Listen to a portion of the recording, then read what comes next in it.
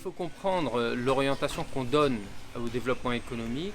C'est une orientation de préparation d'abord des Réunionnais à occuper un emploi.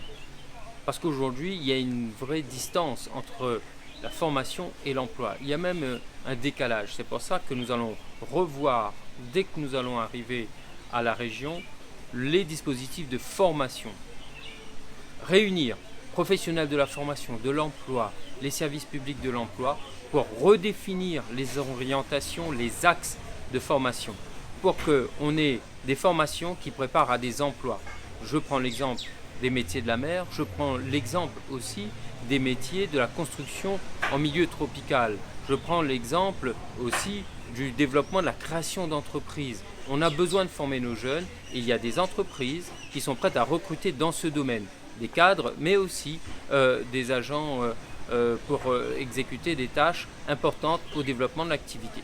Formation, bien sûr, éducation aussi, puisque les lycéens, les étudiants qui sortent de leur parcours doivent tout de suite trouver un emploi. Mais on réussit que lorsque les études ont fonctionné.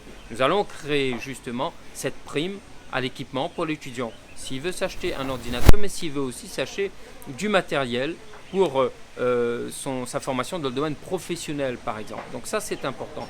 Nous allons revoir les dispositifs de bourse parce qu'il faut toucher le plus grand nombre et il faut toucher avec des montants plus importants. Aujourd'hui, ça ne sert à rien de distribuer pour distribuer. Il faut que ça corresponde aussi aux besoins de l'étudiant. Et nous allons aussi accompagner la création d'entreprises. Le foncier économique, nous allons le libérer, en mettre davantage parce que les entreprises ont besoin pour se développer.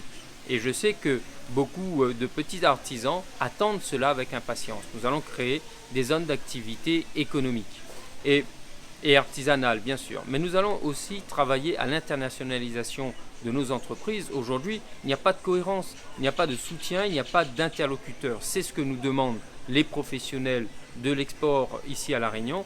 Qui est l'interlocuteur à la région? Nous allons en identifier un avec des axes bien précis, des orientations bien identifiées avec elles et les entreprises. Et je termine sur un point important.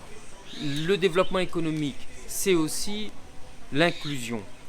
Aider les personnes en situation de handicap à créer leur entreprise, à développer leur start-up. Pour elles, c'est parfois plus difficile et nous serons aux côtés de tout ce public, de toute l'économie réunionnaise, avec des axes bien identifiés sur la formation, sur la création d'entreprises, l'aide à l'export, à l'internationalisation et bien sûr dans un esprit d'inclusion le plus large possible. La création d'une compagnie maritime régionale est capitale. Aujourd'hui, La Réunion passe à côté des grandes lignes maritimes et lorsqu'elles viennent jusqu'à La Réunion, c'est un coût et parfois des contraintes aussi pour l'activité économique. Nous allons proposer aux acteurs, et il y en a déjà qui sont volontaires, aux partenaires aussi, et la région sera pilote, si je puis me permettre ce terme, dans la création de cette compagnie qui permettra des échanges rapides dans la zone, qui sera au service des entreprises, qui sera au service des Réunionnais, dans une relation commerciale qui ne sera pas seulement Réunion Paris, Réunion Europe, mais aussi Réunion Afrique du Sud, Madagascar, Réunion Inde, Asie, Australie. Voilà tout ce bassin indo-océanique, bassin économique, bassin maritime, qui sera au service de la Réunion économique.